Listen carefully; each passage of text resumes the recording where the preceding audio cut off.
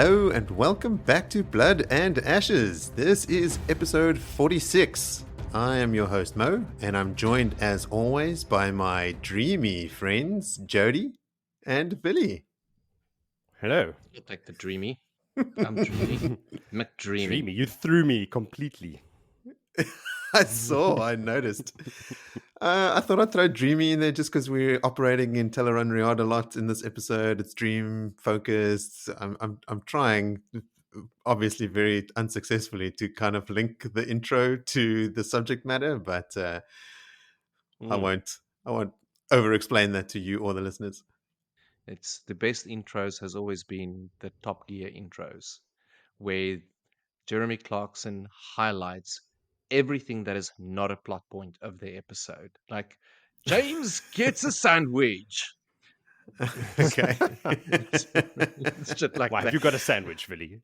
Nana swings a dog fennel tonight. Okay. What's a dog fennel?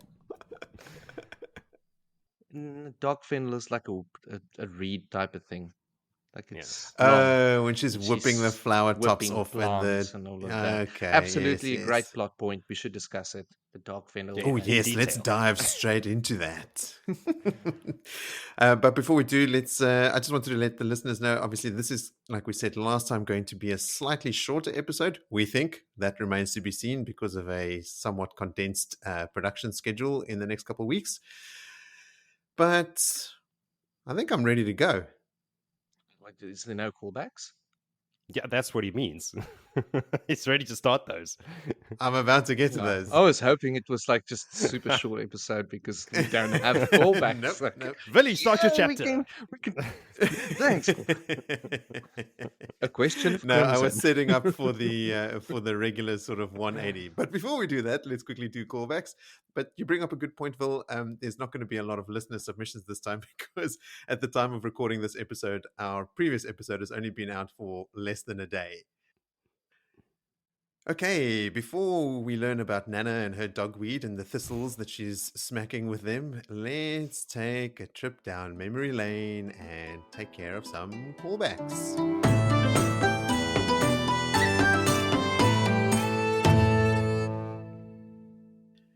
Jody, I could be misinterpreting what you said last time, but you mentioned that when Swan and Min and Co enter into Saladar, a lot of the warders and things are sort of doing work. You mentioned that it's a lot of busy work, that, you know, they're sort of at the ready to do, they're reaching behind doors and like underneath like bales of thatch and that sort of stuff.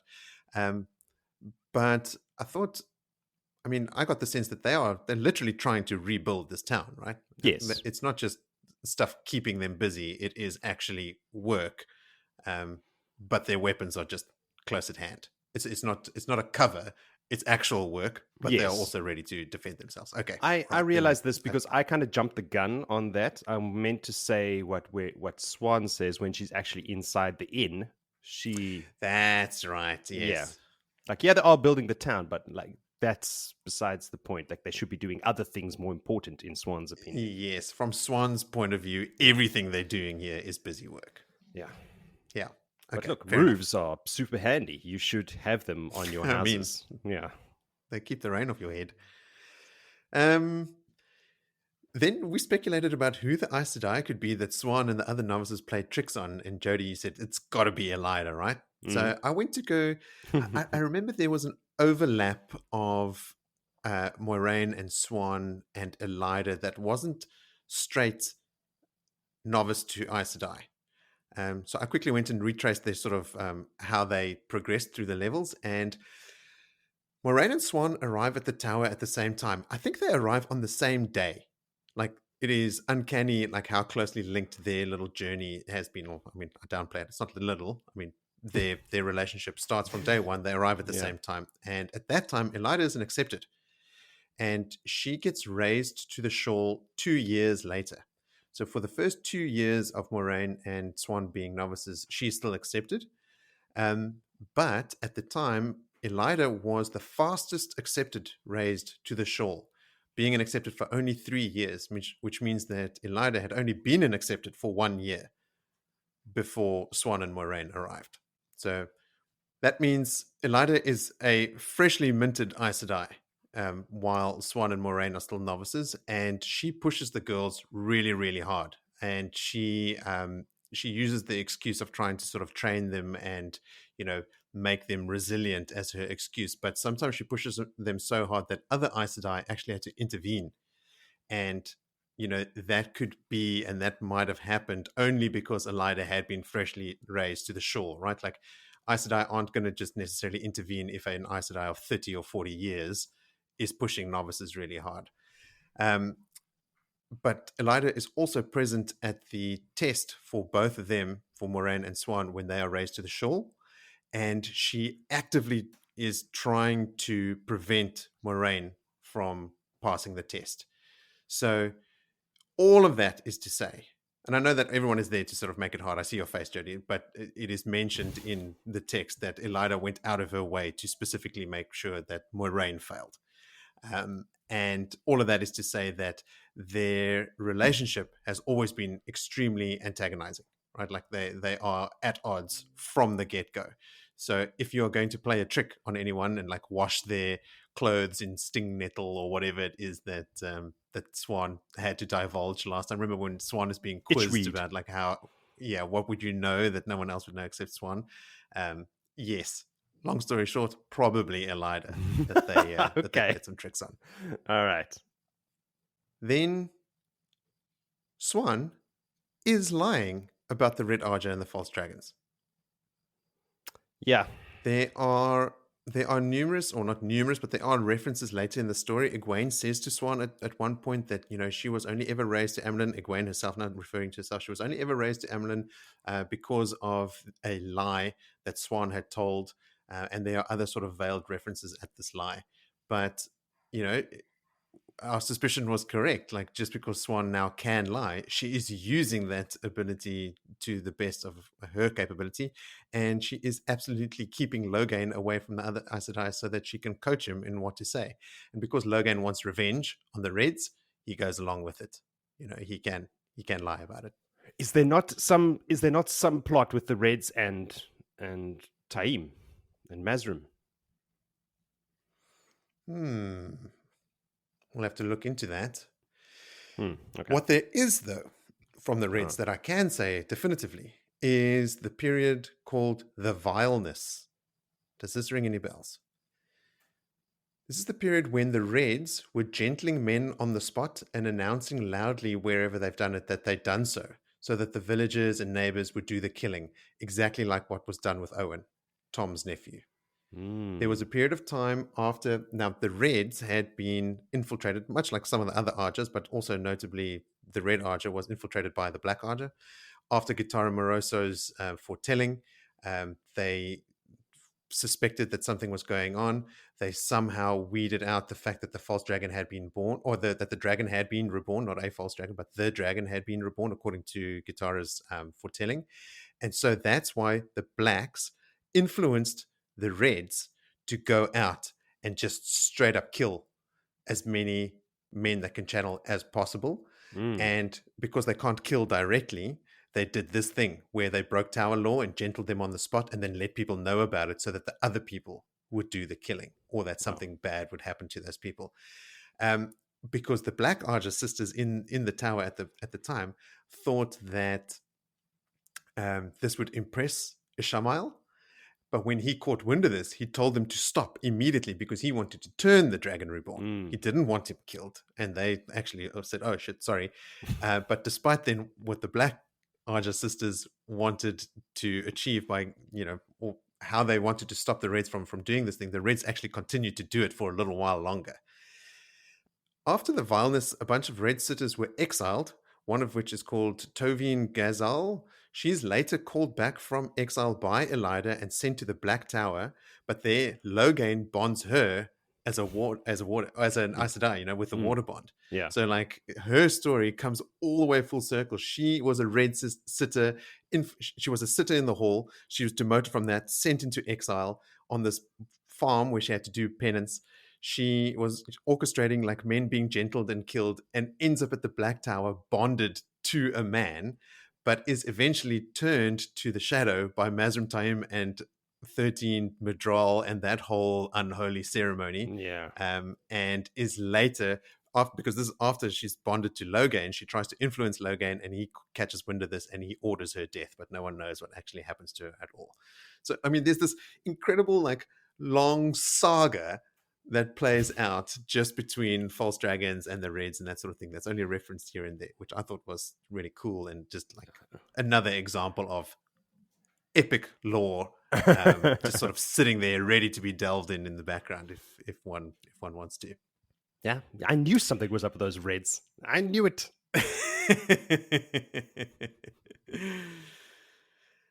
Okay. Remember Morel's warder, Nuhel, the Ilianer, the tall guy that was sort of like... Remember him. Of kinda course, great. remember him. When Gareth Bryan has accepted the role as the general for the Saladar Aes Sedai, Nuhel is sent to go fetch the rest of Bryan's men. And I said, didn't he give him like a code word or something? Bryan tells Nuhel, tell them an Ibudari tavern maid sent you, or they'll put your head on a stake.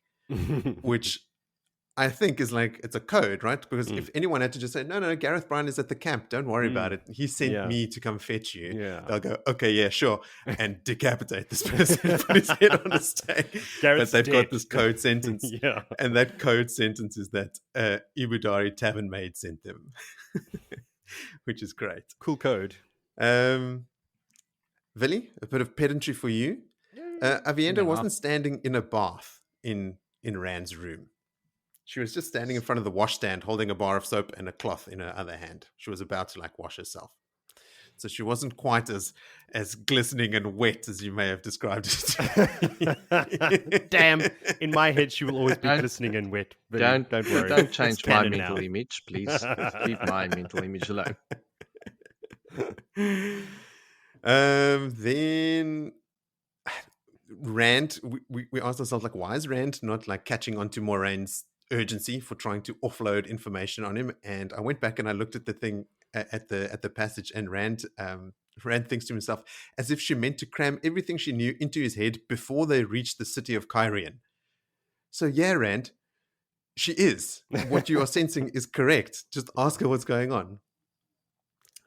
Jody, you were wondering, or sort of couldn't remember, if the Seeker of the Truth with Lady Morsa in Seanchan was a woman. Her name is Jalendin, and she was.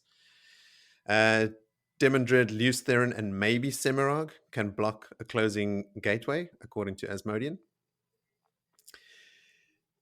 Then, Jody, you raised a question that I have not been able to find a definitive answer for, about whether the Seanchan could see the weave, the Damane could see the weave of the gateway that Avienda had woven. Because I went back and I read that whole section to see who can see what are they talking about? Because the Seanchan are standing still. They're not searching around or anything. They're just mentioned as standing there at this gateway. So I think they'd found it. Yeah. Because Rand can only see the grayness. And I imagine it like the back of a mirror. Right? Like he can see the grayness because on the Kyrinian side, Asmodean had woven something like a mask of mirrors to make it invisible. But that would not have done anything on the Seanchan side. I mean, because the visibility of it's now a grey mist. Rand could sense the Sidene weaves, but they were inverted or something, so he couldn't actually see the weaves. But the Sidar is not mentioned. So it's quite likely that the Damane could see the weaves. But maybe, my thought here is maybe they were just not powerful enough to reproduce them. Because as you've said before, Jody, traveling is a thing of power. Like you need raw strength to be able to do it. And we sometimes get a bit blinded by some of the Damane being quite powerful, but not all of them. You know, they also have the same variation in power levels as what we experience with the Aes Sedai in Randland. So I've looked everywhere online. If any of our listeners have any insights into whether Rand or Avienda unwittingly showed the Seanchan how to use gateways. If they did, then the news never traveled further than this group, or the Damane were just not able to reproduce it.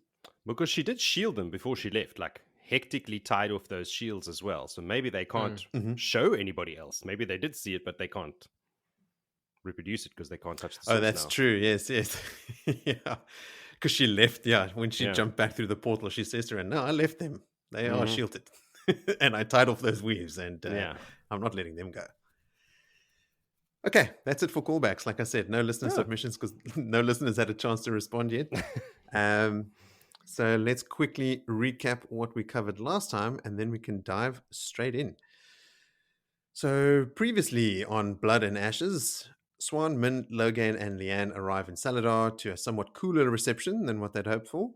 Swan plants the seed in the minds of the sisters running the show that A, they should raise an Amelin and establish a hall of their own, and B, that the Reds have been setting up false dragons, which we now know is a lie. Shortly after that, Gareth Bryan also arrives in Saladar and immediately accepts the job of building and leading an army for the rebel Aes Sedai, mostly so he can keep an eye on Swan and have her serve out her sentence from Core Springs.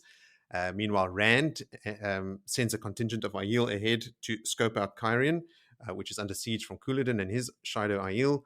When he returns to his rooms, he finds Avienda naked in his bedchambers. She gets flustered and weaves a gateway to Seanchan and runs into a blizzard wearing nothing. Rand follows after with blankets and clothes, but he has to fish her out of a frozen river and warm her up to save her life. One thing leads to another. The two have sex, and finally breaking the tension that's been building since they met. The next day, Rand and Avienda navigate a group of Seanchan to make it back to the gateway to Randland. And as they pass through and close it off, closing the gateway, it cuts off the 2-foot length of a Seanchan spear as it's hurtling towards them, which Rand wraps in air and accepts as his new scepter. Yes. Asmodean says, "Strange scepter, my lord." And Rand goes, "Yes, good idea, Asmodean. It will be Of course, my it's a good scepter idea. now."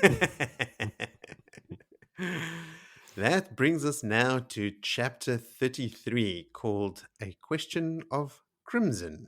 Willie, take it away. Okay. We are with Nynaeve, and in her perspective, she is standing up against a plank, I would assume, and Tom is throwing his knives at her and thunking them into the board, and she is just cursing. Now, Nana is angry. This whole chapter, Nana is real angry. So we'll just Nana sounds like banana. yeah, it's banana, Nana. Anyway, Luca is very taken. He's like, "Ooh, look at her, she's so brave."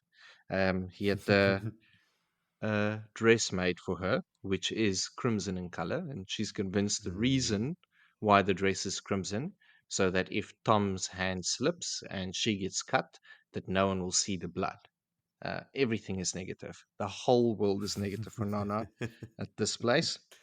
The act that she is now performing in, and he calls for pears to come out first, and tuck, tuck, tuck, the knives slam the board, and the pears like stuck into the board, and she's just not enjoying it, being blindfolded and having these knives thrown at her. The act is called A Rose Among the Thorns. Very, very creative there from our dear friend Luca. And now Luca then spots Nana's blue eye, and he has something to say about that.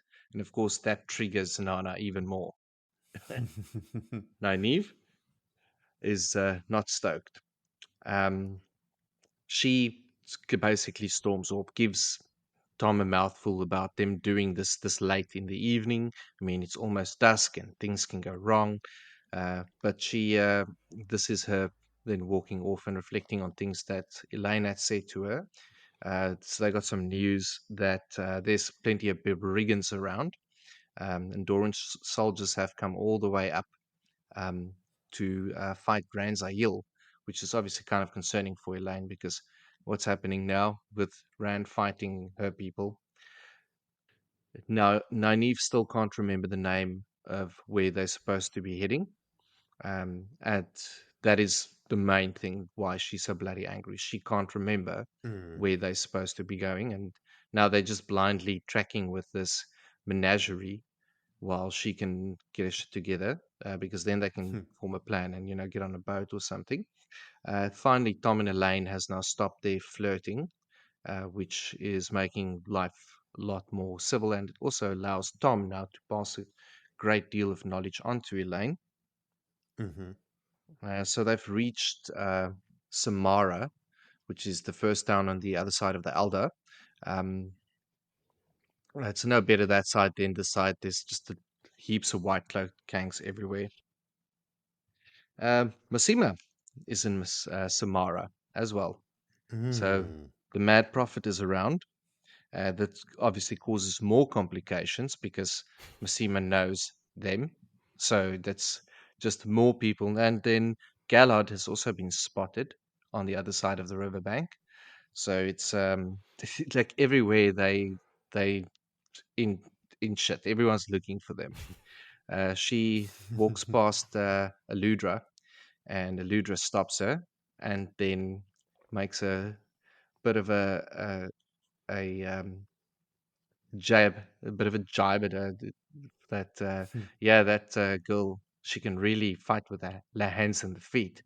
And Nynaeve obviously not taking well to hearing this, but she get handed some more fire sticks or strikers, whatever Ludra will decide on calling them matches at some point in time. So Nana's so scared of these strikers that she pretty much doesn't want to touch it because the first box she had was handled too roughly and it burst into flames. So she doesn't quite trust it going forward. Julian approaches her and he then informs her about the news that Galad, and she treats him like a real bitch. Like, thank you. Like, just taking it all out on poor Julian. He just well, all he wants to do is get out of her sight. I guess very, very soon as possible. Their wagon evolved a little bit now. It had a little bit of sandpaper and oiling, and made nice for a lady and her handmaid. The most important things, obviously, being in the wagon, the gold that they have, the jewels that they have, and the seal that is stuffed in the oven, hidden away. Sounds like quite a cozy little wagon with its little oven. Yeah, it sounds pretty damn rad. Now, Elaine asks Nynaeve about the eye. The eye seems to be a bit of a topic everywhere. She's not happy about it. And it was the Sunshine Woman, Sarandon. So Nynaeve, in all of her wisdom, Susan Sarandon, had gone and decided to try and force more information out of her because she's certain she knows more, and taken to shaking the woman, and that didn't go down well. She's quite deftly in judo, it seems, and she eventually stopped toying with Nynaeve because Nynaeve was being just her ass was being handed to her.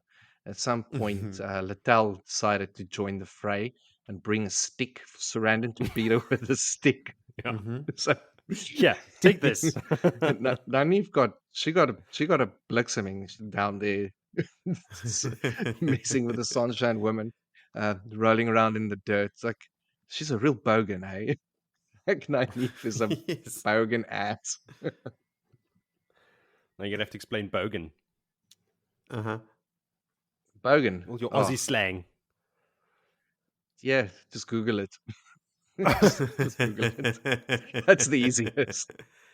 Elaine is busy like checking out the Adam quite a bit, and Nynaeve really doesn't like to hear it, but she's trying to get through to Nynaeve that this is either a Tel'aran'rhiod or an Ungreal, but in the examination that she's doing of this, she's also realized that she can make this. Like she's understanding how these things work and how they get put together, but Nana is so angry that she can't even value this revelation for what it is. She's just in her own world of anger at the moment. She's straight. But Elaine is very taken with the idea that she can create something for the first time with her hand. Like make something that has a purpose. And she regales the story of the chairs that was dropped off for the servants' quarters or whatever, but still the pride that there is in a man that takes good. And Nani's perspective is a man wants a chair, make a chair. Like I'm here just to healing and solves. That's life. That's all that there is. Now the two of them have to figure out a plan Like, how do they do now? Do they stick with the menagerie? So option one for them is to stay with Luca, which Elaine secretly is hoping for because she's quite keen to perform, it seems. The second one is to basically sell up, turf up, and buy a boat and sail with the first boat that they can get, which sounds like a good one, but not. I don't know. And then the last one is just to stay one side stuck on the river and have to deal with white cloaks, which is just as bad. So they really don't have many options until she can figure out where they're supposed to be going. So Yeah. might as well get knives thrown at them and walk the tightrope. Yeah, they're a bit aimless, eh? I think. Yeah, well, it's purely down. Now it is getting better for Nynaeve. She is starting to remember some Dars and Ali and whatever. So eventually, hopefully, it will just snap. Maybe if she stops being so angry, any which way, then maybe she'll remember she's creating her own blocks. Maybe if the sun stops shining as well, things will change. Pigs fly. Yes. Yeah, Any I of don't those. know. Anyway, this is really the sum of it. That she's angry. She's angry at the world. Anyone The that most comes across redundant her. statement in the history of the Wheel of Time. Nynaeve is angry. What episode is No, this she's got of our podcast? 46. 46. Ah, okay. Mm. All right, episode 46. What? Nynaeve is angry. Still. Yes. To fuel her anger, she's got her hair loose, not in a braid anymore, Mm-hmm. having knives thrown at her head, getting drenched in pear juice, getting ogled by Valan Luca, although she does seem to like that, but we'll get to that. No, man, she's playing that Valan Luca game well. She makes as if she's the damsel in distress, and he's just being a guy, and it's the signal she's sending. I mean, what does she say? It's hard to shout at a man who is telling you how brave you were. Like, she is. I mean, when has it ever been hard for Nynaeve to shout at a man? Never. Ever. So she is definitely getting a little bit something out of this. Lan is not even there, and Lan is in trouble for everything that happened, and she'll show Yes, him stubborn when she fool of a gets man. Poor Lan is like thousands of leagues away, doing his thing, and battle. he's in trouble. It's like Yes. in battle, in trouble. Fighting against the shadow. Nynaeve's sort of persistent sexism is also like on display. Yeah, like everything she's saying is about men in general. Oh, Yes. men, blah blah blah. Yeah, it's a bit much in these actually 4 chapters. It's irksome. Hey, yes, Yeah. it's a continuation of what we were sort of not liking about her in the previous couple chapters, even from like Moghedien and all those periods. You know, like Nynaeve is unpleasant to read during this phase. well, Yeah, she's not pleasant to read at all. It's like Robert Jordan is constantly trying to make you understand that she's not the wisdom anymore. She is perfectly fallible like everyone else. She has massive character flaws. She doesn't know everything. In fact, she is ignorant a lot of the time, if not all of the time. That Still kind of just comes a to a brat. head in this I stretch. Yeah. had 2 points to mention, and I've forgotten the second one because we were rambling so much. Oh no. But yes, the first one. Bogan is the most significant word to be created in Australian English in the past 40 years. I googled it. It is defined as an uncultured and unsophisticated person, a boorish and uncouth person in the 2016 edition of the Australian National Dictionary. There you go. Well, I did not there know we go. what a bogan Suits her. was. There you go. Didn't you? And uncouth, no. Uncultured and unsophisticated. Well, that kind of nails it, really. I don't know. My favorite use of the term is for a bogan briefcase. Do you know a 5-liter box of wine? Boxed wine. If you That's classic. that's a bogan briefcase. Mopsock, bogan briefcase. Oh, yes. And my second thing. Susan Sarandon is, she knows kung fu. Like, did she upload that shit from the Matrix? She's Not she's kung insane. fu, judo. Judo, whatever. Judo She chop. is hand to hand, badass. Now, option 1, she is more than she's Mhm. letting on. Or option 2, in Sean Chan, everybody learns to fight like that. I'm She going to was a go Sean with... Chan soldier, wasn't she? No, she's an animal trainer. For the army. Yes. This Reddit in Sean Chan where they were used in okay. Falmey and where these were claimed from were employed in the military. Yeah. Yeah, but look, if you're a Okay. medic in the military, it doesn't mean that you know hand-to-hand combat like this woman clearly does. She is very good. I mean, Well, Nynaeve has if handled you're a herself in the medic in past. that army of that time, then yeah. That's what I'm You wondering. probably If it's do. just like the Sean Chan way, or is she more than she's letting on? If she is like running Well, away from something and draw a Hmm. parallel to the Aiel, and Yeah. would you think the medic of the Maiden Spears would not wield the spear? I don't know. Isn't that like a contrary to what a medic would do? But yeah, I get your point. Like every Aiel can handle themselves like that.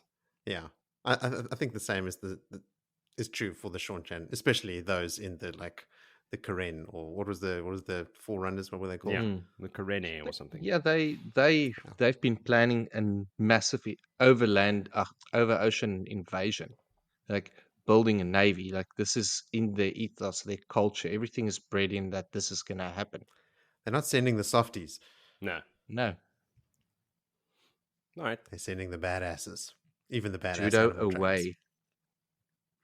Yeah, I mean judo, and then a lot of striking and stuff as well. They spoke about I think Villy, the judo that you're referring to is from like Nynaeve gets flipped upside down a number of times. Every time she comes at it, she just flips her over.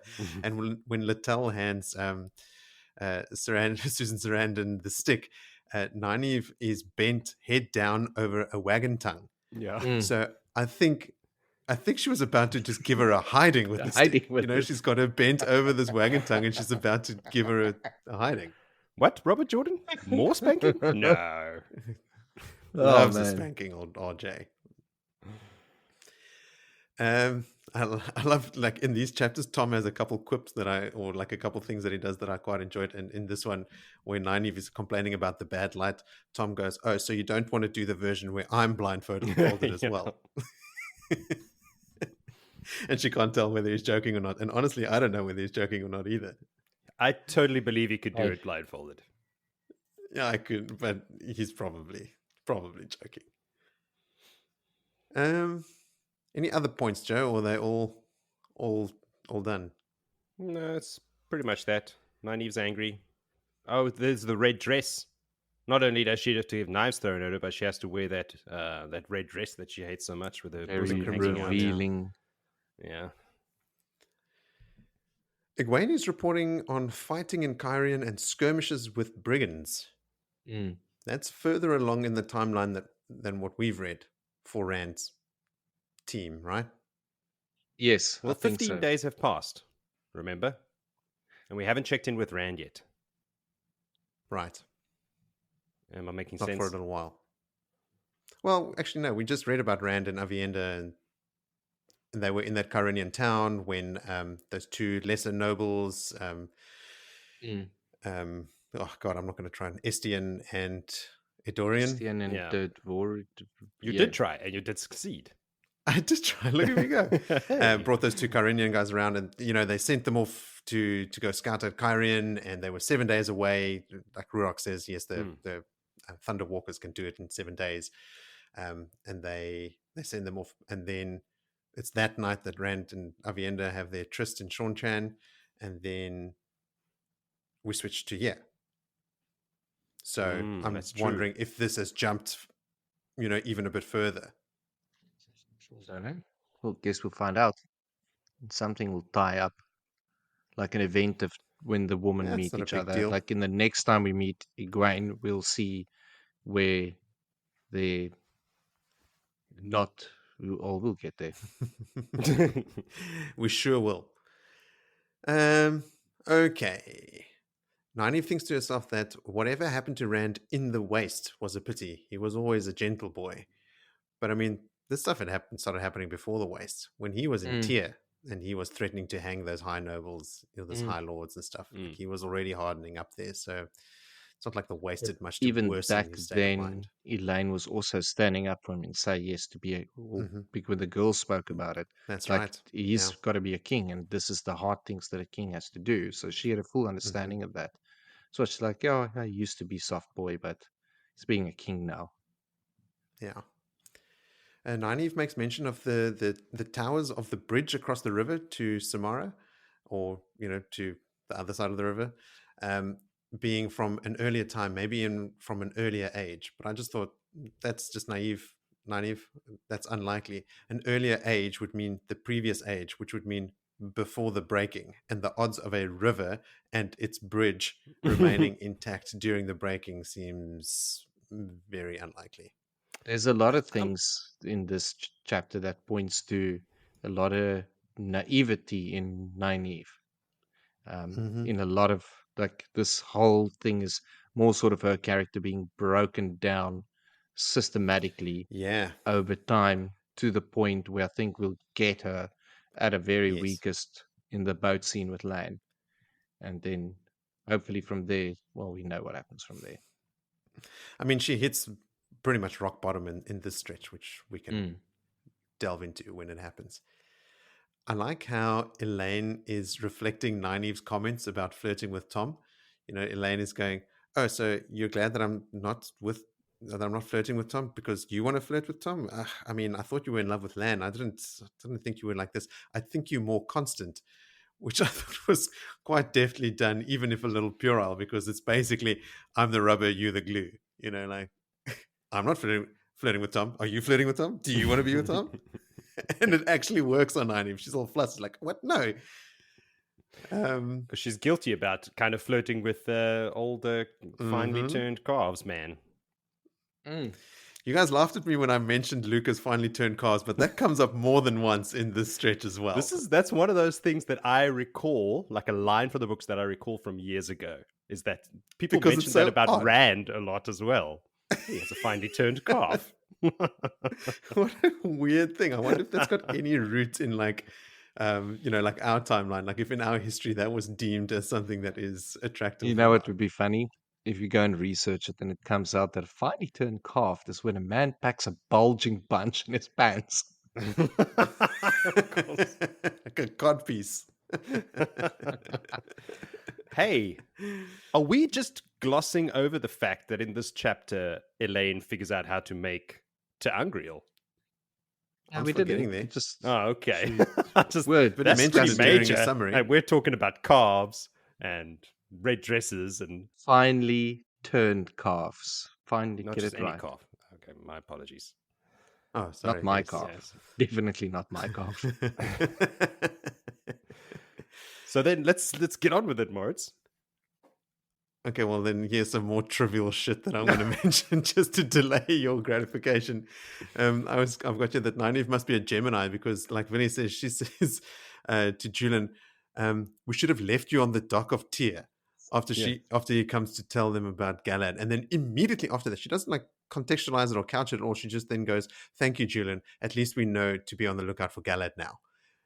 Julian's head must be spinning. Like, what? Did I just get reprimanded and praised at the same time? Is she gaslighting him?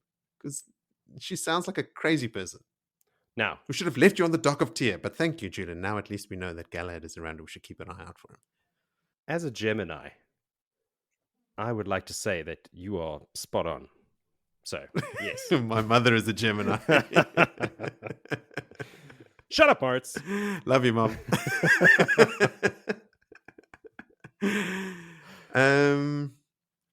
Also, more of Nynaeve, her character being broken down. She's lying to herself badly, about not wanting to meet with Egwene and Tel'aran'rhiod. Like, it's just, this is how it happens to have worked out, when we know she's avoiding her because Nynaeve sort of got the better of her with the lying soup that she almost made her drink, I've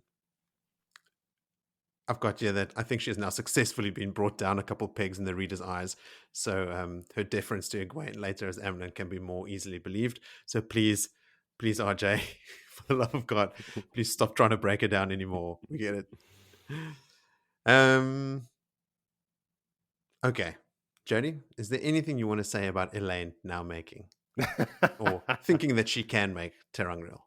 Yeah, well, we know where this goes, so yeah. No, I'm just, thought this is a major turning point in the book, like the creation of is. It is. Saladar, It the is, second, but the Rebel Tower. So this is something that, she still needs to hone her skills. yes, 2 insane talents, capital T talents, unveiled in these or in the last 2 chapters, right? This one, Elaine can make Tel'aran'rhiod, and in the previous one, or 2 before, I should say, if I want to be pedantic about it, Avi ended up, creating a gateway, like traveling, boom, and creating Tel'aran'rhiod. Because And Elaine makes a Quingia, bunch, right? Yeah, she says here as well, she can make Tel'aran'rhiod, maybe even Quendia.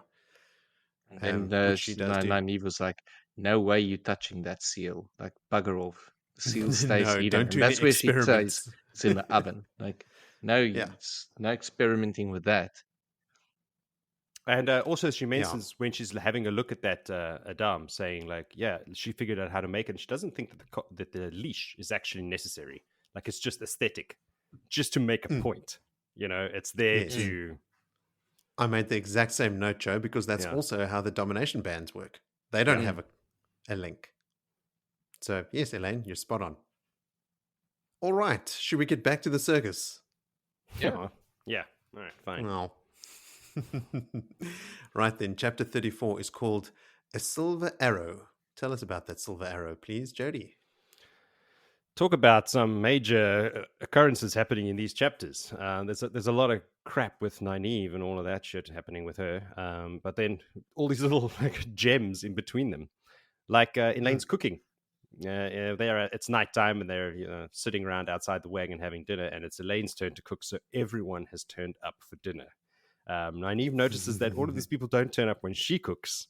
That's because you're shit at cooking. You got other talents. It's fine. Yep. Yeah, when Elaine cooks, it's like Michelin star stuff. The way that it's described, like wafer thin slices of beef that are wrapped around chives and goat's cheese, and like what? So she's very, very good at what she does, and everyone's there. Old Luca is there as well, not just for the food. I'm sure that was a major draw, but he's also there to make his maneuvers on Nynaeve. He's sitting next to her on the stool, and she's like trying to kind of get away from him. He's very close, so every time she like shifts her stool, he shifts his as well, seemingly without even noticing.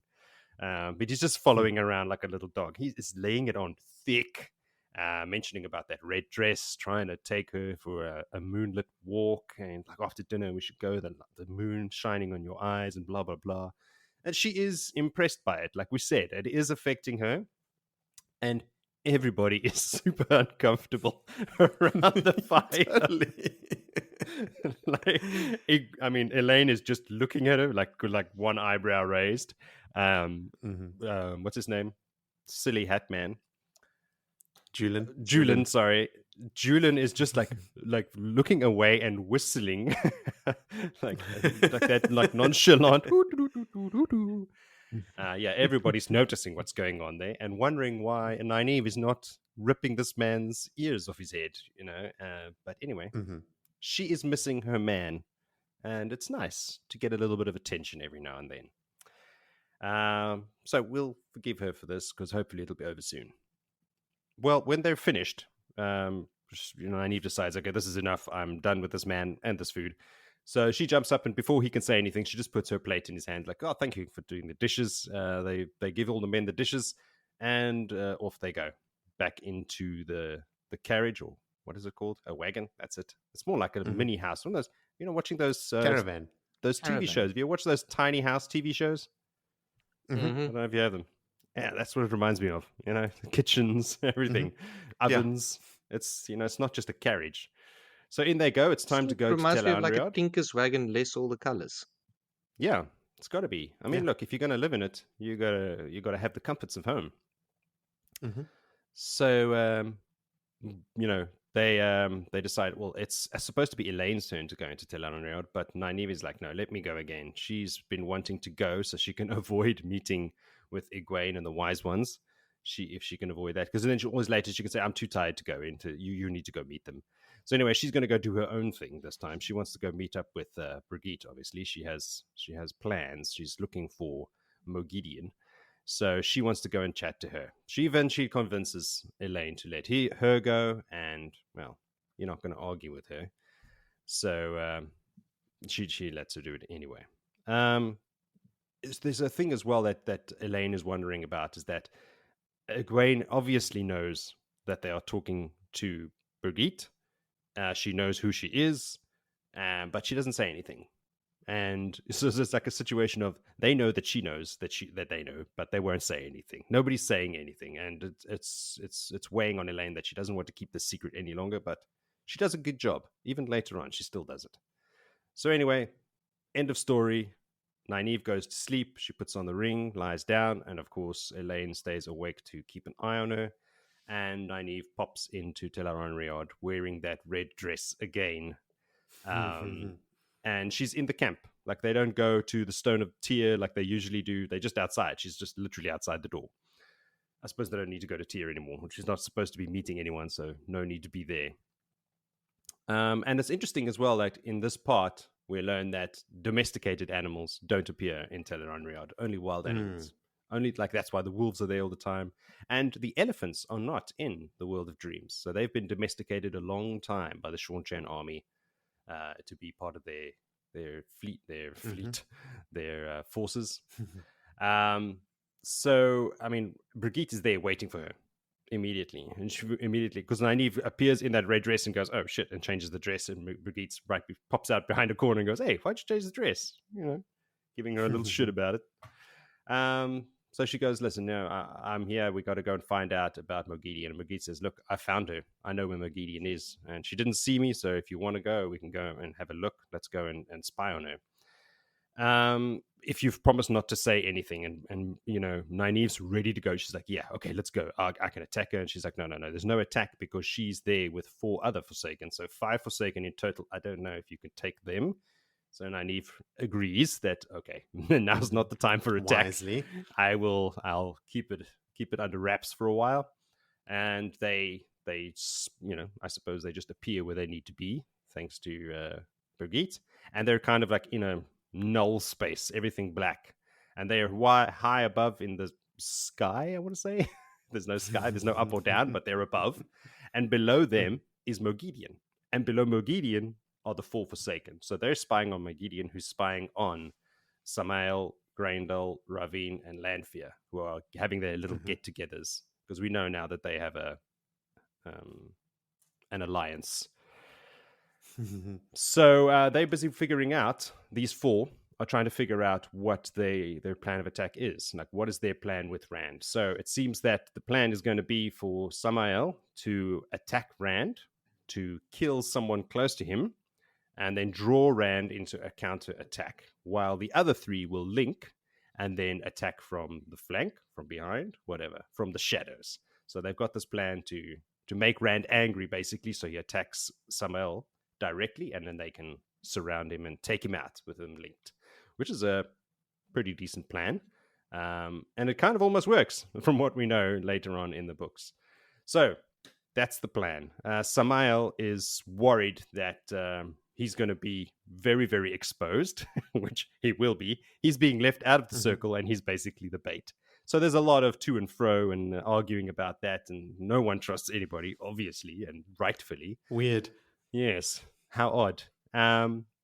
Then Samael's like, but what if Rand sees this and does that, and Lanfear's telling him, like, look, he's got a teacher, but a crap teacher. So he might see some stuff. He might see that you are linked to us. That's why you can't be linked. But I wouldn't worry too much about him. And Lanfear's just, feeding him up, like setting him up for disaster. She doesn't care if Rand takes him out. That would be beneficial, really. But suddenly, after this conversation, Birgitte takes Nynaeve away and puts them back. And she's like, look, I don't like being exposed for so long.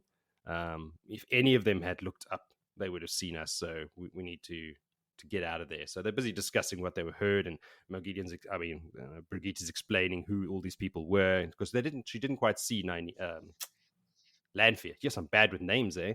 Lanfear, and she was behind the chairs. A lot of chairs in these chapters, a lot of chair descriptors. And there pops Moghedien. She shows up right behind them. Birgitte turns around, so obviously they were seen. Birgitte spins around and whips out an arrow to shoot her, but before she can even let loose, she is thrown through the air and knocked out and lying in a bundle on the ground. Nynaeve, before she can even move as well, she's kind of angry and shocked and afraid, everything all at once, but she's already shielded by the Forsaken, and Moghedien contorts her body to hold her captive. Now, the way I've got this in my brain is that she's kind of bent backwards, like her back is arching so much that her arms are behind her head and her feet are coming up as well from the other side, and their feet and hands are touching. Yep. That's what I got. All right. Seems uncomfortable. Yeah. Now, and she's naked. And her braid is pulling her head back. Yeah. Her braid is pulling her. She's naked. She's being bent over backwards. It's no fun. Things are not looking good. No bueno. Yeah, I would not like to be in this position. But, props to Nynaeve. She realizes the game is up. And her first instinct after the fear disappears, she just stops being afraid. And she's like, all right, I'm just going to start pissing her off. And so she kills me quickly. Like, I'm ready to die. I'm like, holy shit, girl. So yeah, she just doesn't want to be tortured in case she gives away too much information. So plan B is just like, all right, I can't fight her. Just kill me quick. Moghedien is just so happy. She's like, you can't believe how much effort I've put into finding you. And here you are. You come and find me. This is so cool of you. Thank you very much. I appreciate it. So while she's trying to make Moghedien angry, Moghedien is not falling for it. She tells her to shut up because she's got different plans. Like, I've got plans for you. I'm not going to kill you. So you can stop trying what you're trying to do.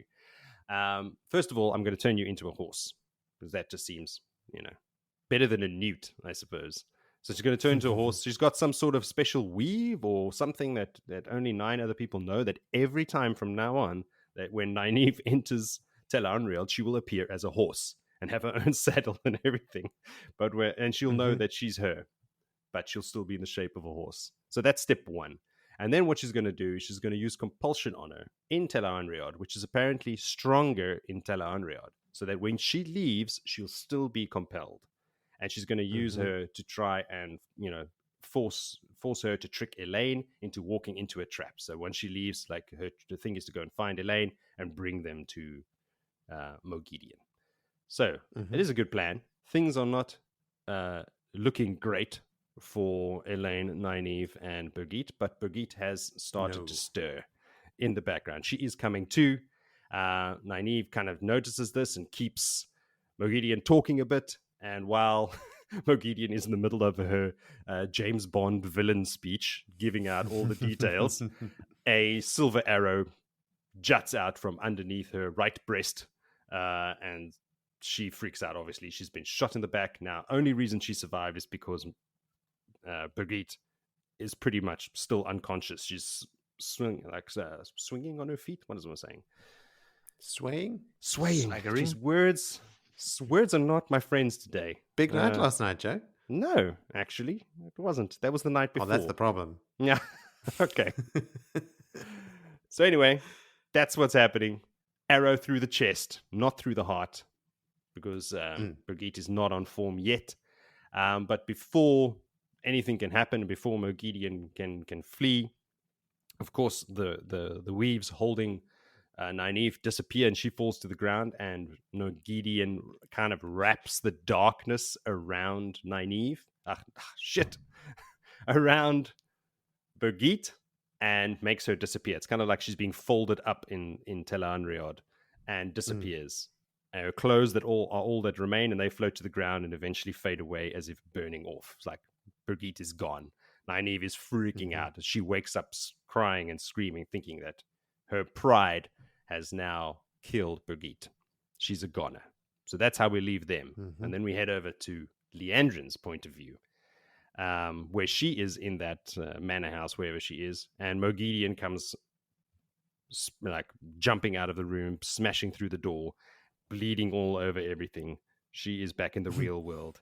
and everyone, Tamale is there, Chesmel and Liandrin, and Moghedien, commands Chesmel to heal her. She's like, I know you can heal, to some degree.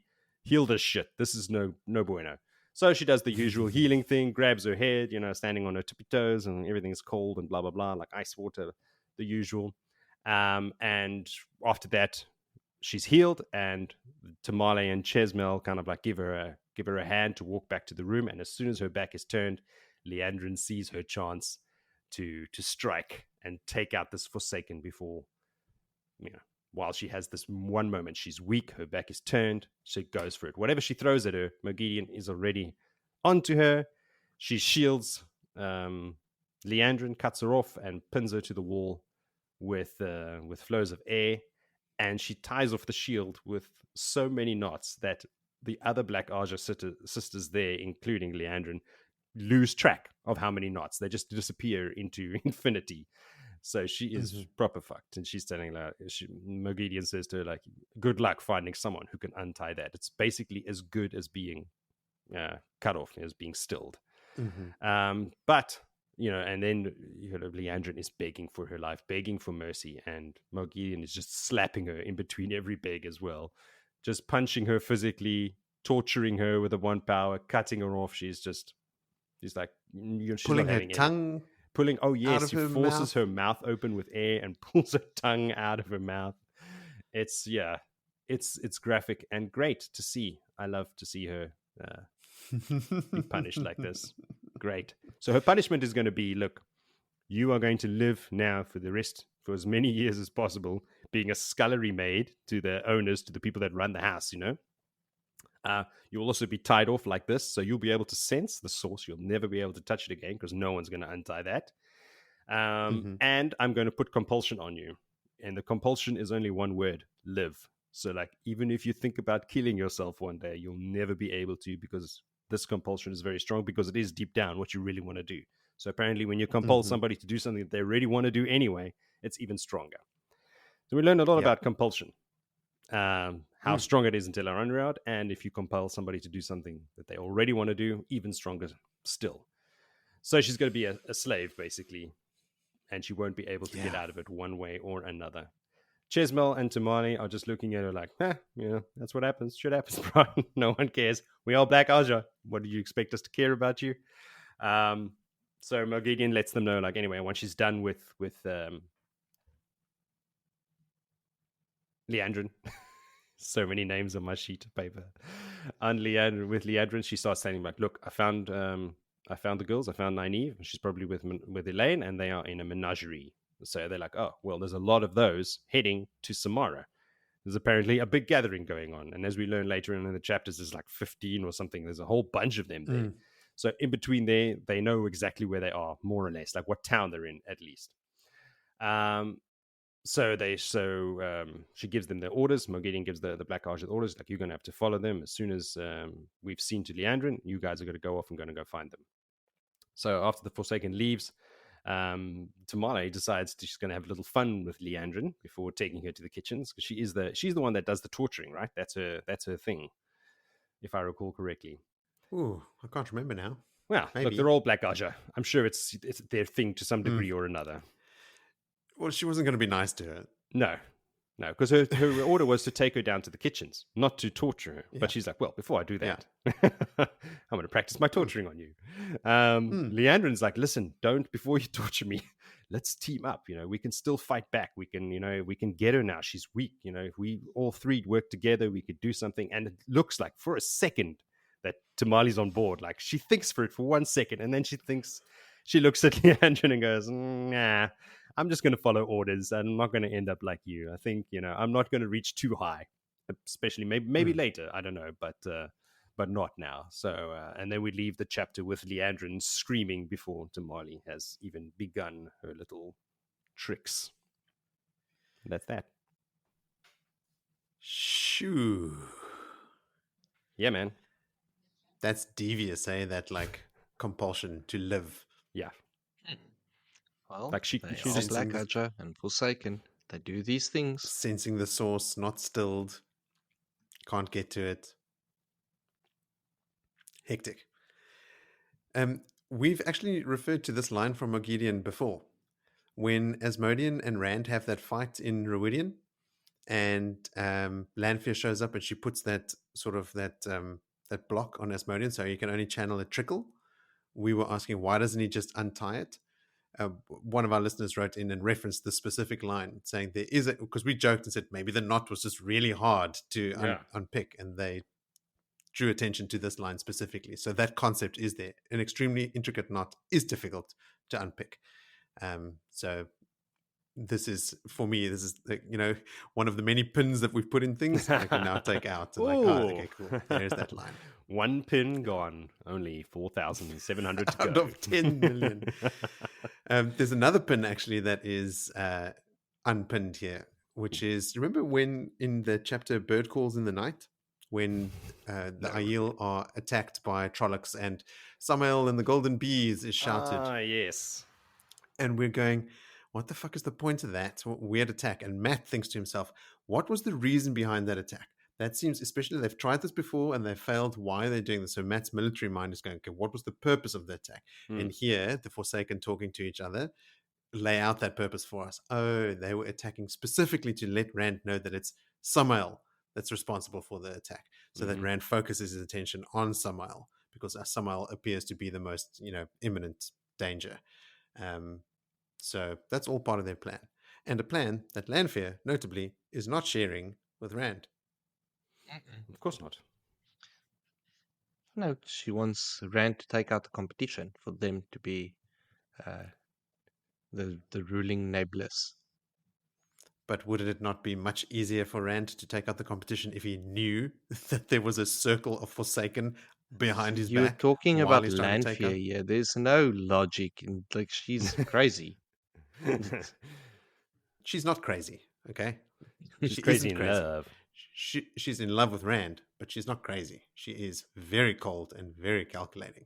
And Ravin is the one that's leading the circle that would take out Rand or attack Rand while he's attacking Samael. A Serapho situation, isn't it? Because Rand does not get trapped. He does succeed. So And is also, there... what I do know from just some of the other notes that we've made for some of the other chapters here is that the Lanfear attack at the Carinian docks, when Moraine tackles her through the redstone doorway, Lanfear decides in that fight, she had given Rand one last chance to come to her. And when he doesn't, she goes, fine, then I'll kill you. And she actually gives up on the whole Lews Therin thing. So we might be seeing the start of that here already. Like maybe she is realizing, I don't know if he's going to come along. I'll keep this little card up my sleeve and not share it with him. Is this also in that during that attack? Is that not where Asmodean dies as well? No. Which attack? The attack in last Carrion one. where Matt and Avienda dies. Asmodean dies in a pantry in Camelin. Oh, okay. It's not yet. I know he dies in a castle. Yes. Yes. At least I think it was Camelin. I said that with absolute certainty, and You convinced me. I have no evidence of that. But I thought I remembered that. Could be in this book, but it's not. I don't think it's linked to the Lanfear That attack. pin you just pulled out, just pick it up off the floor. Just put three stick it more back in the there. board. It is pretty. It's I think it's universally known that it's Grendel that kills Asmodean. Yeah. What else, Villy? Did you have any notes? No, it's some good old torturing there. I always like a chapter with a bit of torturing and You do. not much else. I mean, it's If people could see catastrophically Vinny bad now. that Birgitte gets shot. He's sitting in a dark room. He's wearing all black. He's just reveling over the torture. I mean, if you needed any more evidence. He is basically a Shamael. Yes. Oh my God, his eyes are fire. And now he's pulling a hood on. Okay. I got my hood on. Now I'm Look real a bit dark. like you look like the Emperor from Star Wars now. What does that man speak again? Can't remember. Feel your anger. Emperor? Palpatine? Is that you?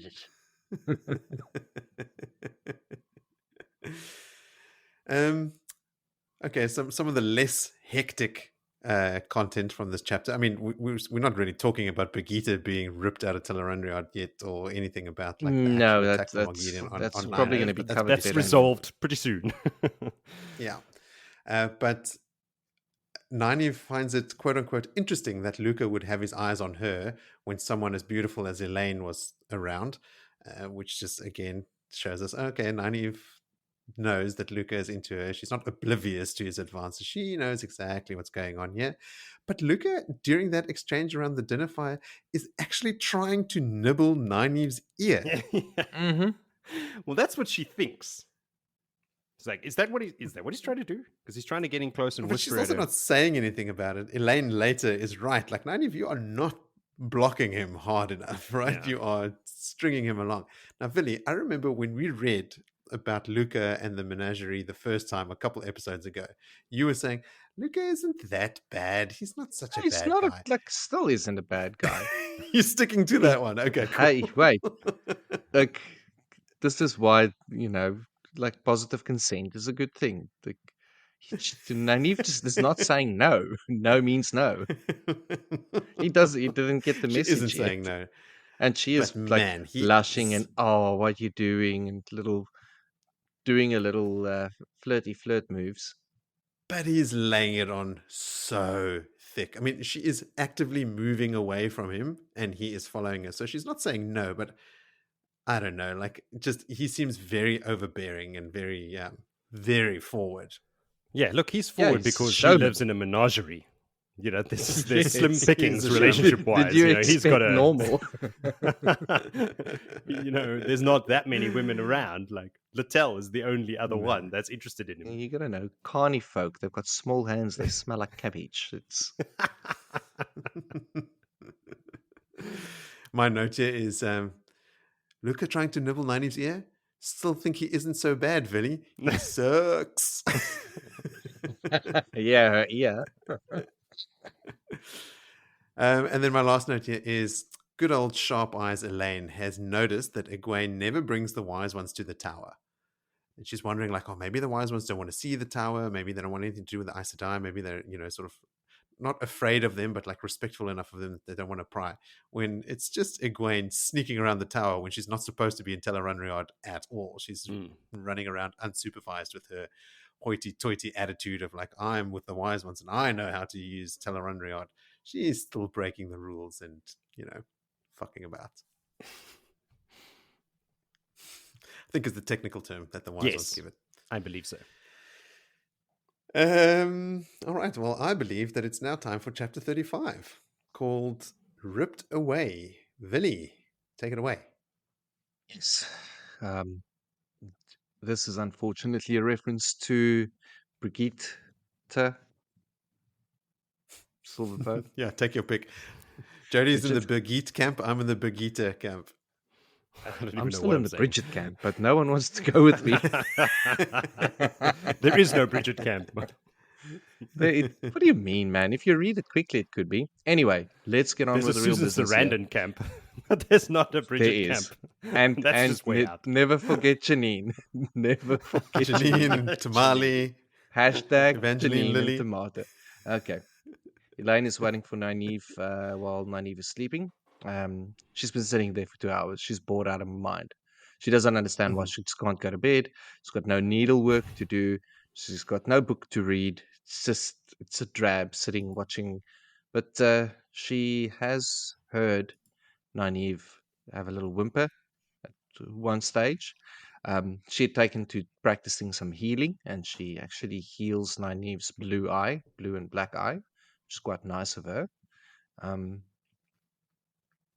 Now, we touch on Elaine and Tom's relationship, and all of this is sort of introspective in Elaine thinking. And now that they've got their flirting bits out of the way, and maybe a bit of reference that Tom didn't find it comfortable either, like a little bit weird. I don't know, but Tom has been teaching Elaine about Dias Daimar in a big way. It's like he is like really, really giving her some like a lot of like the same as Rand has been getting a lot of teaching from Moraine. Tom is dropping some deep knowledge on Elaine. Now Nynaeve has at this point tears starts running from her eyes. She starts whimpering, and Elaine isn't sure what she's got to do. Does she have to wake her? But waking her could maybe be the wrong thing. But as she's still having her inner conflict about what she should do, Nynaeve sits up and just sobbing, "I killed her." And obviously, this is Mm. the point where Nynaeve had just been pulled out or woke up out of the dream. She escaped without any weaves cast on her, no compulsion or anything. But Birgitte had taken a massive beating from um, Moghedien, and it's at this point still unknown that she's been ripped out of the world of dreams. But there's a big rap at the door, and Nynaeve's just like, just send them away. Like, don't want to deal with it.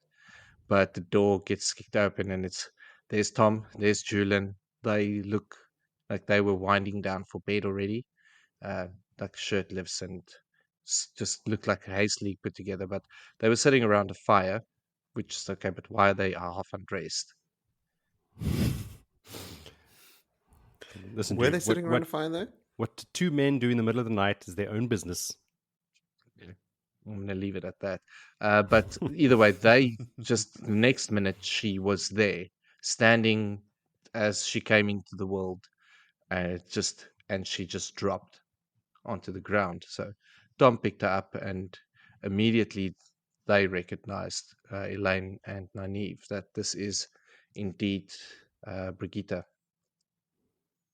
Now, the men is told to send backing. They just get out of there and tell no stories, but she's a friend to Elaine and to her, and just tell no one.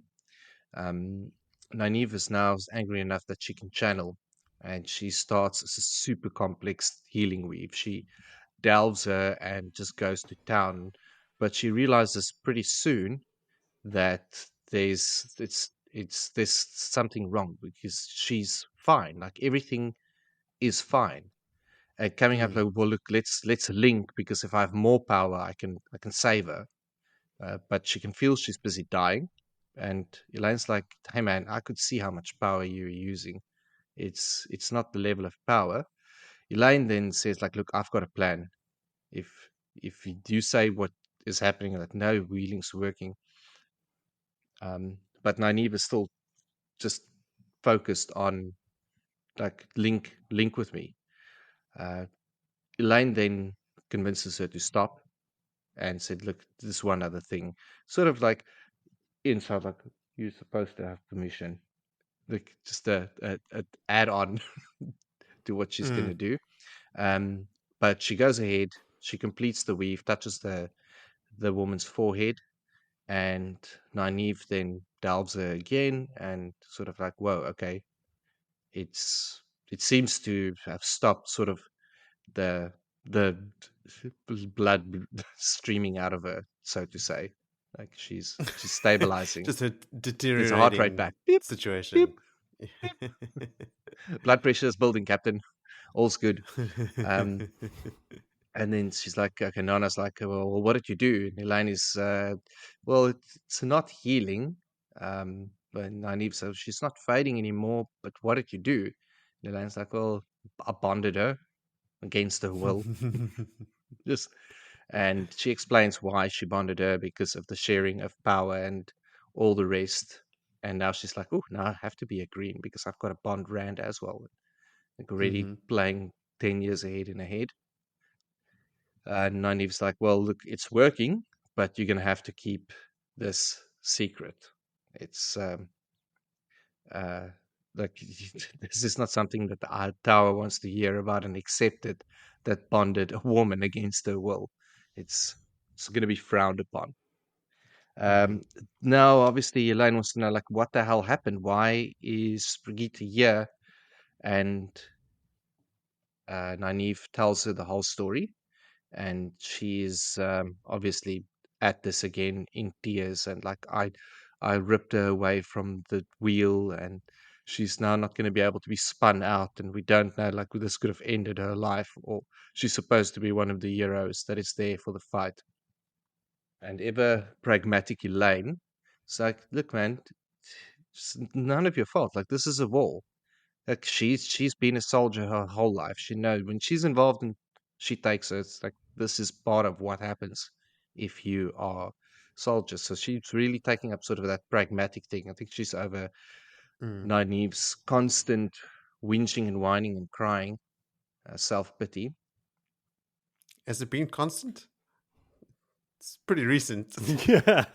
Ah, Billy's cutting her no slack. It's constant in the last couple of chapters. I think Elaine says to herself that in this kind of situation, you can't. There's only a few ways that you can approach someone like this, and one of them is to like shock them back into reality, and that's why she says to her, "Stop this right now! Stop crying! This is not your fault." Blah blah blah blah. I don't think it's a culmination of Nynaeve's Okay, recent I'll take behavior that. or anything. I was gonna go. In fact, Elaine can't stand seeing Nynaeve in this state because it's so not like her. Well, that tracks. It's my thought anyway. Now, the other bit of bad news is that Moghedien now knows that they're in a menagerie. So they're one of many, and there's a lot in the same place. So cool, but that just adds to the complexity of what they face now, because forget about Galad, forget about all the rest, forget about the tower and the split. Now you've also got Forsaken, who knows what you're traveling with and where you are. And Moghedien is not going to be stoked. Elaine demands the ring back from Nynaeve, and Nynaeve decides to go for a walk, and that's the end of that chapter. I don't actually have a lot of notes about this one. How about you, Joe? No, but there's some good points that Nynaeve is concerned about. Like, did we just rip her out of Tel'aran'rhiod, or have we cut her off from the wheel of time? Like, by doing this, they don't know. What is their relationship? They did to nothing. The Horn Moghedien did everything. Yeah, but she blames herself. Nynaeve's taking responsibility. Yeah. Yeah. I wonder what happens now when the horn is blown now. Just nothing for Birgitte. Yeah. She's not involved.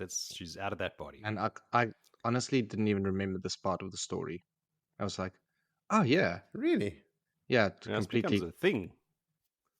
I remember that when Elaine gets drunk, or when Birgitte gets drunk, Elaine gets drunk, or something later on. Yeah. Where Elaine has sex. Oh, yeah. With Rand. Birgitte has to... Or Birgitte also goes and like finds men in town or something like that. There's a whole like they constantly have to get used to this this new bond. Yeah. Something else that I heard, I do want to mention something. When Birgitte finds out that she is bonded, she goes, a female warder. I remember something like this once, like happening in one of my previous lives. I'm wondering if she's remembering this. Because she says it's so long ago, that's all she can remember, is that it might have happened once before. I'm wondering, because if time is cyclical, this has already happened. I'm wondering if she's remembering herself being of the first and only female warder from 7 turnings ago. Maybe. But that only happens in the next chapter when she wakes up, right? Didn't she say name or something as well? Oh, well, the next chapter's mine, so I could say it now. Yes. There you go. When she picks her name, Villy, is Marion. But yeah, we'll handle that in the next chapter. Maid Marion. No, I'm referring to a name when she says that's there's been a female warder in the past. No. There's no name. She specifically mentions she can't remember anything about it because it was so long ago. You're thinking of other names, Vil, which I've got a couple notes on in the next chapter. It's Barashel and... Yeah, I'm not chapter jumping, so... Okay. Is it Tom that said to Elaine, is it Elaine thinking, I've got a note here about only the Borderlanders seem to escape Dice Daimar entirely, Is it Elaine thinking about what Tom is teaching her? Mm. My Yes. note here was, not if your son is named Isom. No. Mm-mm. Yeah, but that only happened once, and look at the shit it caused. So that whole country's gone. Yes. It happened once, and the country is wiped off the face of the planet. The other countries are like, whoa, we're just going to stay clear, man. My only other note here is that here we see Nynaeve learning the bonding weave. She says, I think I can do it myself now, but that was not healing. But this is where Nynaeve learns the bond that she will use on Lan eventually. And Elaine only knows it because she was spying on other Aes Sedai doing it in the tower. She wasn't invited to that bond. She was looking over their shoulders and memorizing it. Yeah. And I go, interesting. Yeah, Well, a good thing she little did. Sneak. Totally. Should we forge on then, since we seem so keen to talk about the next Let's. chapter? All right. Chapter 36 is called A New Name. Take it away, Joe. Right on. So Elaine is left alone in the wagon. She's watching Birgitte asleep, listening how she calls out for Guidel Kane. She's, calling out to her and him and stuff. So it's like, oh shit, man, this is getting serious. Birgitte is starting to look a little bit better than she did previously. She's not as pale and bloodless as before. She's starting to come around a bit. Nynaeve eventually returns from her walk. She's got tears all over her face, fresh tears. Her feet are all dirty because she just left. She just put on a cloak. Because when the guys came in to bring Birgitte as well, she was just wearing her shift. She had been sleeping and she didn't give a shit. So she just put on a cloak on top of that and left. So she's really, really affected. She doesn't care if people see her. She doesn't want to put on shoes. She's taking this pretty hard. She tells Elaine that, look, I'm going to set up and I'm going to look after Birgitte now. You can go to sleep. I'll watch her. Like, I have to do this. And Elaine goes, all right, fine. She can see that Nynaeve has to do this, so she's going to let her. So she stands up as well. And she's, all right, you look after her. I'm going to go for a walk as well. And leaves them alone. Outside, she finds Tom and Julian. They're out there. They're by the small fire. Now, I think, Willie, this is where you're getting confused. This is the small fire they're sitting around with very little clothes on. Because they were woken up earlier and they haven't left since. So they... Yeah. But they saw Birgitte appear. Yes. Yeah, they saw her appear. Like, all of a sudden she was there. Like, but then again, they're not sleeping in a wagon. So they might be sleeping next. They might have been sleeping next to the fire. Maybe. Oh, shame. So they were like old Tom not down. even get a bed? That's why they were... Yeah, he's sleeping on the ground next to the fire. He doesn't get a bed. You've got He's a man, the Jody. mistress and the mistress handmaid that gets the bed. That is... Men can sleep on the floor where they belong. Under the wagon with the dogs. Damn. Not even Yeah, under the anyway. wagon, outside in the rain. Oh, that's where the dogs sleep. you can't even get a wagon. Anyway, they are there. They're still awake as well. They're having a chat because shit has happened. Julian has a silver arrow that he found when he found Birgitte, and he gives that to Elaine and is like, we know who that person is. She appeared out of nowhere with a braid and a silver arrow, and we've been hanging out with you guys long enough to see some weird shit that this is not the weirdest thing we've ever seen.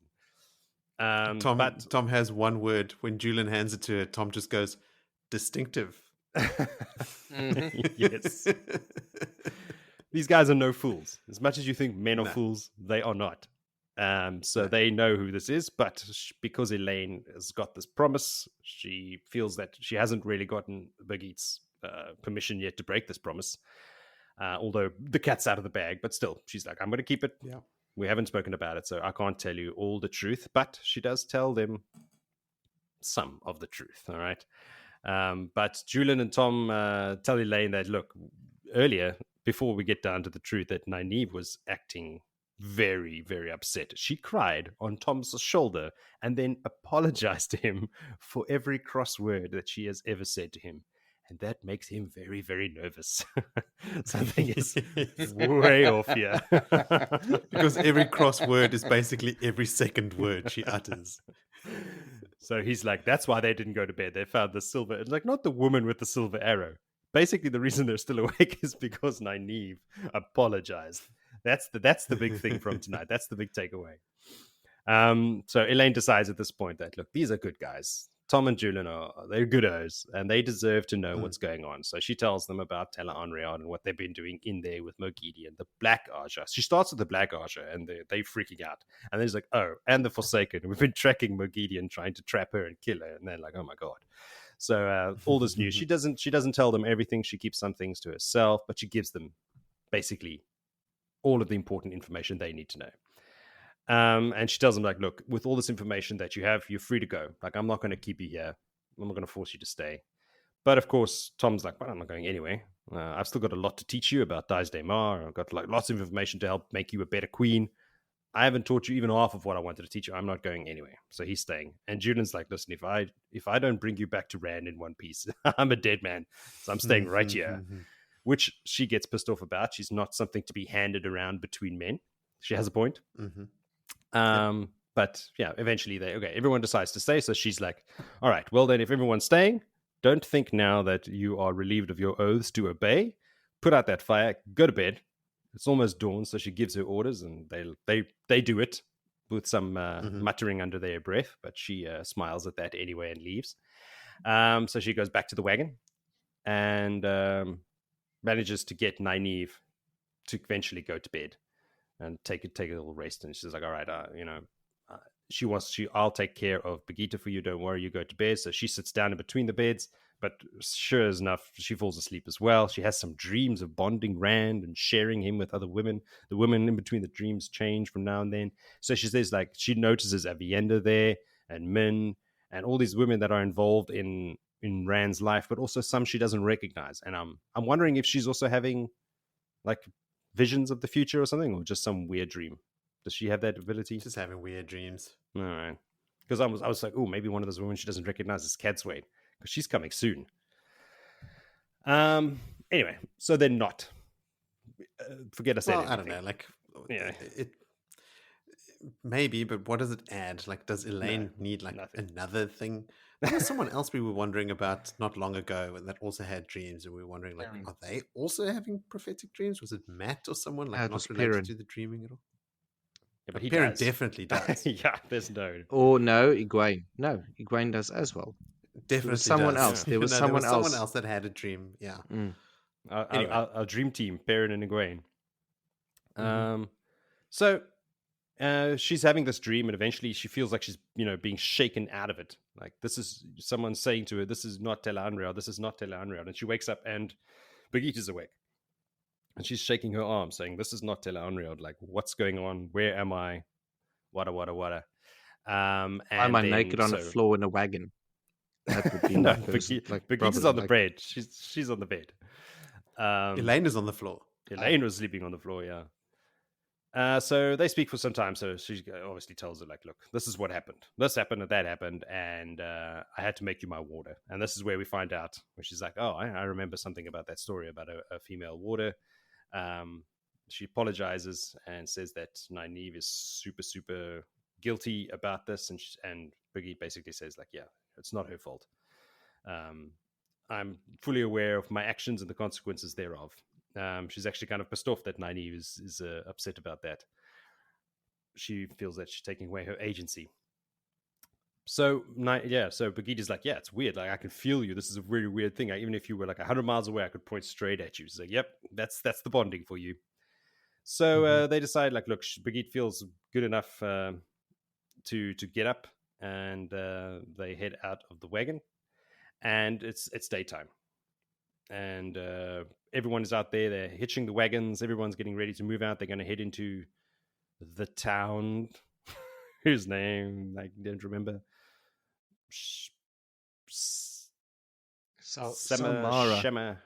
Samara. Shamalama Ding Dang. They're going there. That's the one. Yeah, of course. And everyone's ready to go. And Luca's there shouting at everybody to get their butts into action. And he looks, and there's another woman. Every time he wakes up, every time he looks, some new people have joined his menagerie without his permission.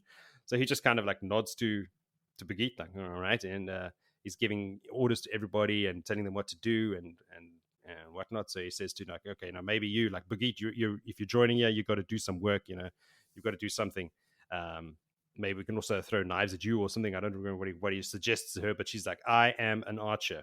And he's like, oh, I suppose with that braid, because they've dyed, before, I forget to mention this, before they left, they dyed her hair as well, black. Again, these infallible disguises. Because the second she walks out and says that she's an archer, Luca calls her, oh, so you're Birgitte. Straight out. So she's like, I can outshoot you anytime. And he's like, all right, like, I'm not ready to take a bet with you and whatever. She's like, 100 gold crowns. Bet that I could outshoot you. And he's like, really, 100? When you mention gold, this man's everything stops. There's priority number one. He's like, all right, I'll take your bet.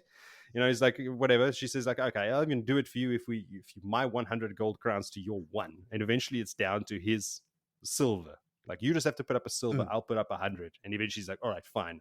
I will have a shootout with you.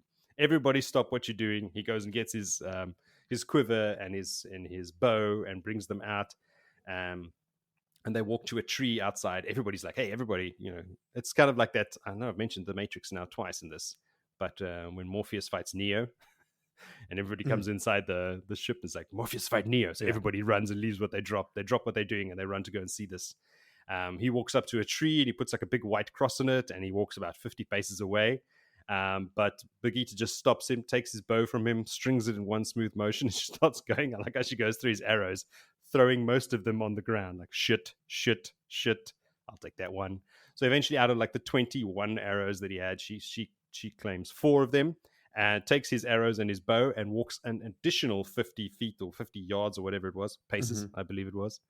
So she's now 100 paces away from the tree and fires off 4 arrows, hitting the first 2 right in the target, right next to each other in the middle of the tree, and the next 2 split the previous 2 arrows in half again, just to prove that the first one wasn't luck.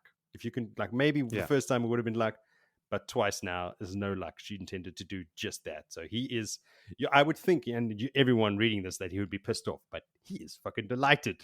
He's like, that is the coolest thing I've ever seen. I'm now going to use you in my show. Nynaeve, instead of Tom throwing knives at you, this woman is going to shoot arrows at you. So, to him, it's great. Nynaeve is not stoked, but she shuts her mouth. She's still reeling from what happened the night before. So, as well, and Birgitte tells Luca then that, he can call her Marion, since that was a name from her past. And she wonders to herself, or she asks Luca as well, does she also get to wear that red dress while she's doing it? And that's how the chapter ends. So great. I love Birgitte. Yeah, she's great. I would like to, there's a few characters in this book that I'd like to hang out with as buddies. One of them is Matt, and the other one is Birgitte, and they like hanging out with each other too. So I think these are my friends now. Doesn't she she promises Elaine that she'll try and like curb her tongue or something, because she swears like a soldier, and like she's just really like rough tongued. Yeah, I like later on as well. Like she and Matt have conversations in the old tongue, because he doesn't even realize he's speaking it, and she recognizes it immediately and speaks it fluently. That's awesome. Also, Tom and Julian, before the shooting match goes, Nynaeve or Elaine spots Tom and Julian talking to other people, and they're taking bets, and then afterwards, and they know it's Birgitte's silver bow. Yes. They're just collecting money afterwards. They knew in the cash, like, you suckers. We've got one chance to make money here. Let's capitalize. I mean, this happened out of the bag within seconds. They said, let's have a shooting match. He agreed. He went to go fetch his bow. And in that moment, both of them decided, this is our chance, guys. All right. Yeah, we're taking bets. Yeah, bets time. You know what we should do? Amazing. And the other people probably were sitting there like, Luca's he's a jerk, but he can use a bow, man. That's the one thing he can do. That's how he started this menagerie business. It was Luca and his magical bow.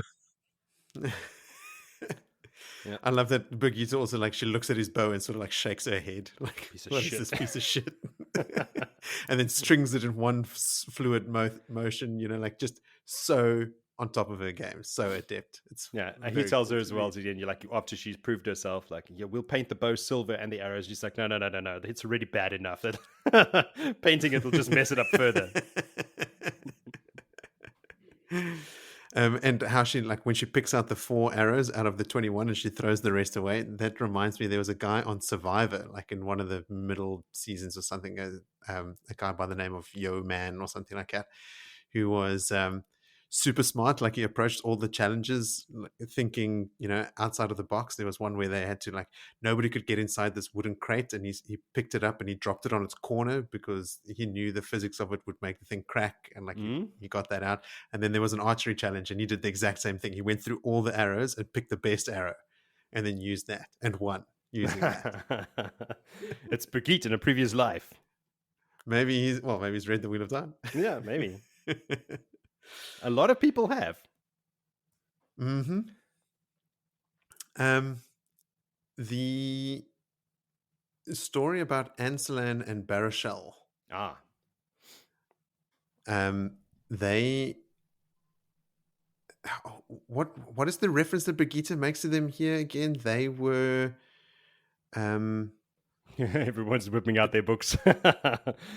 Because Elaine is thinking like, oh, she didn't realize it was Barashel had bonded a warder without or before she was raised. She wasn't accepted. Yes. And so the Aes Sedai made her pass that bond on to someone else, and they chose a warder for her, Ancelan. And apparently he was like an older, more curmudgeonly type dude who no one ever knew who quite gave the orders in that relationship.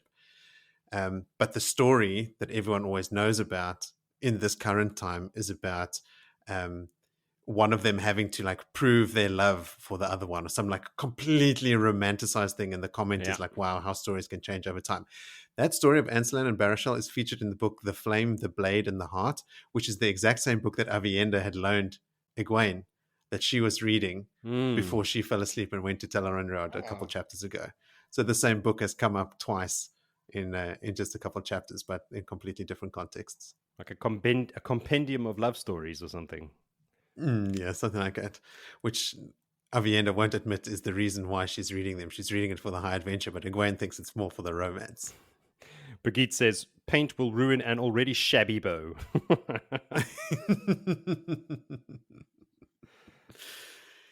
When Elaine offers to Julian and Tom that they can stay behind because of this, like the danger that they're chasing, and Tom says, well, no, I haven't taught you enough. I'm staying. Julian says, I've never abandoned a woman in distress in my life, pointing his pipe stem at her like a weapon. I just thought to myself specifically, Julian says he's never abandoned a woman in distress. Doesn't say anything about men. Just that he's like, he would do this for a woman. He's incorrigible, right? Like he's just a total womanizer. Total.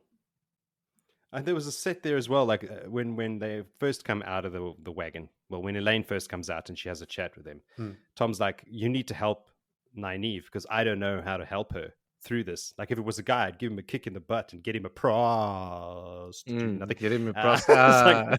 Like, no wonder they think men are dogs. Like if I was in that situation, please don't kick me in the butt and get me a prostitute. It's not going to help me. I would rather not. He finishes that thought thinking, Julian would dandle Nynaeve on his knee, but I doubt she'll thank him for it. Yeah. That's his solution. Can't get a prostitute. Okay, well, Julian. Dandle her on your knee. So you can see that Nynaeve's hatred for men is born out of these fictionalized bad examples of human males. Stereotypes, yeah. Absolutely. My last note on that chapter was that, like how Nynaeve, she values healing above all else. In fact, isn't it mentioned here as well, like in these chapters, like anything that's not healing is almost not a worthy pursuit at all. When she's talking about, like, if I want a chair, I'll ask a man who makes chairs to make me a chair. If it's not healing, I don't care. And then just the next chapter or 2 chapters on, she's trying to heal Birgitte and she can't. And she's doing her best and she's channeling so much power. It must be driving her insane. She must be feeling so, so powerless, like both responsible and then completely powerless to help her, which gets her down to bottom of the barrel status. Which reminds me, there was so far that she would apologize to Tom. Yeah. There was when she's trying to heal her, there's a line there that she starts drawing on so much power that the glow around her to Elaine is brighter than the lamps inside. Like she can't, she has to squint to look at her. Yeah. Mm. Nynaeve, you're getting there. Come on, you can make it through this annoying phase. It's another 4 books.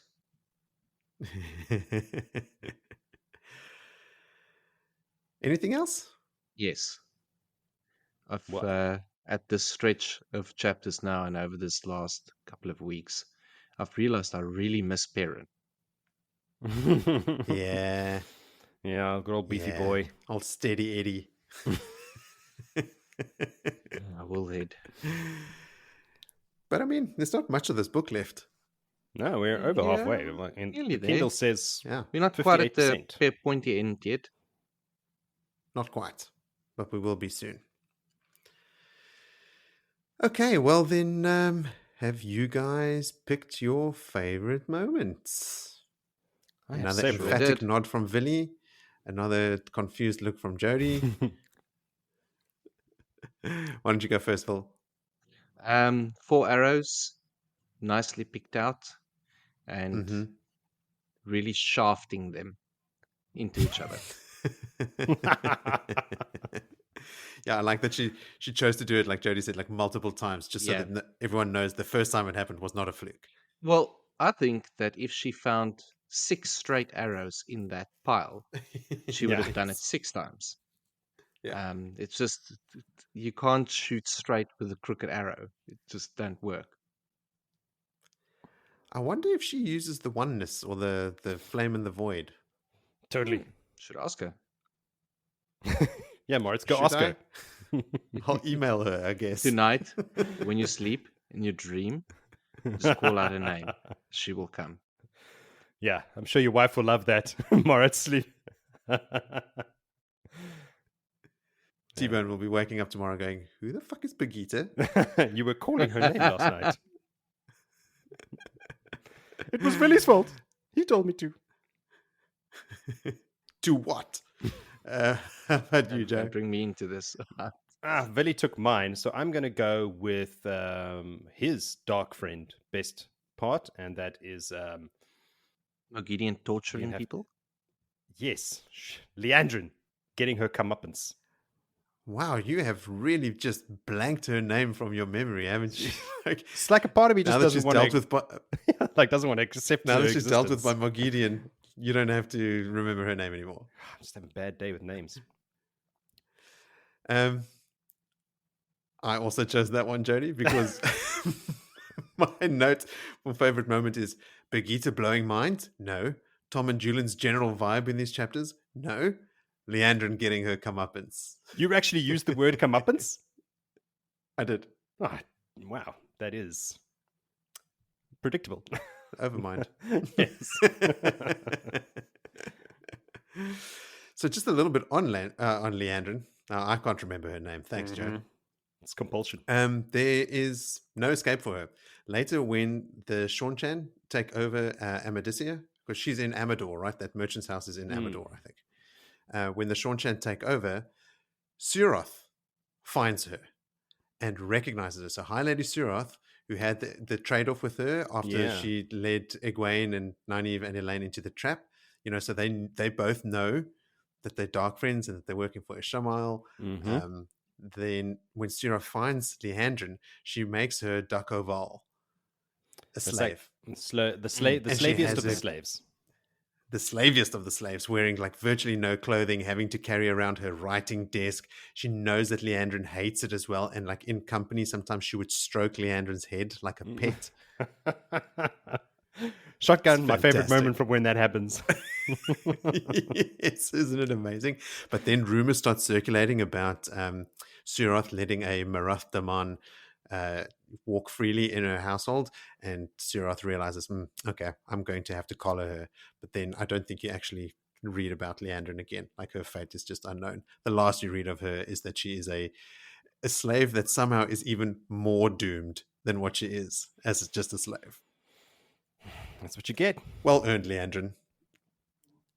Sold your soul to Satan, Absolutely. and then things went bad. Surprise, surprise. Things Who ended nastily fucking for you. who? All right, then. So, to our listeners, send in your favorite moments, your thoughts, your theories, your musings, your well wishes, anything at all of any kind to the social media links in our episode description below. The easiest would just be tweet us at Blood and Ash Pod, or even leave us a voicemail on our website, bloodandashespodcast.com. At the bottom of the homepage, there's a button you can click to leave us a voicemail, and might get played on the show. The one thing I always forget to ask is, if you are listening to us on Apple Podcasts or Spotify, please leave us a review or a star rating, regardless of what it is. Just let us know your thoughts and see if we can spread the word a bit faster. Now, next time on Blood and Ashes, we are going to do chapters 37, Performances in Samara, to chapter 42, Before the Arrow. 6 chapters. All right then, gents, do you have any other messages for our listeners? Yeah, I do. Okay. 3 pieces of string walk into a bar. Oh, God. Mhm. First piece of string walks up to the bartender and says, "Can I get a beer, please?" Bartender looks at him and says, "We don't serve pieces of string in this bar. Get out."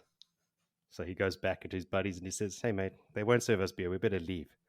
Second piece of string goes, "You're not doing it right. You've got to be more forceful." He gets up, marches over, slams his hand on the bar counter and says, "Bartender, 3 beers, now." Bartender walks over to him and says, "Listen, mate, I told your friend, and I'm telling you, get the fuck out of my bar. We don't serve pieces of string." So he's like, "All right, I don't want any trouble. I'm going to leave." Third piece of string goes, "No, guys, you're going about this all wrong." He gets up, walks to the bar, walks past the bar, into the toilets behind, and he turns, makes a knot on the top of his string, so he looks like he's got a head, and then he frays the edges like this, so it looks like he's got a huge afro. So now he looks more like a human. So he walks back to the bar and goes, "Excuse me, bartender, could I have 3 beers, please?" The bartender looks at him and goes, "Hey, aren't you a piece of string?" And he goes, "I'm afraid not."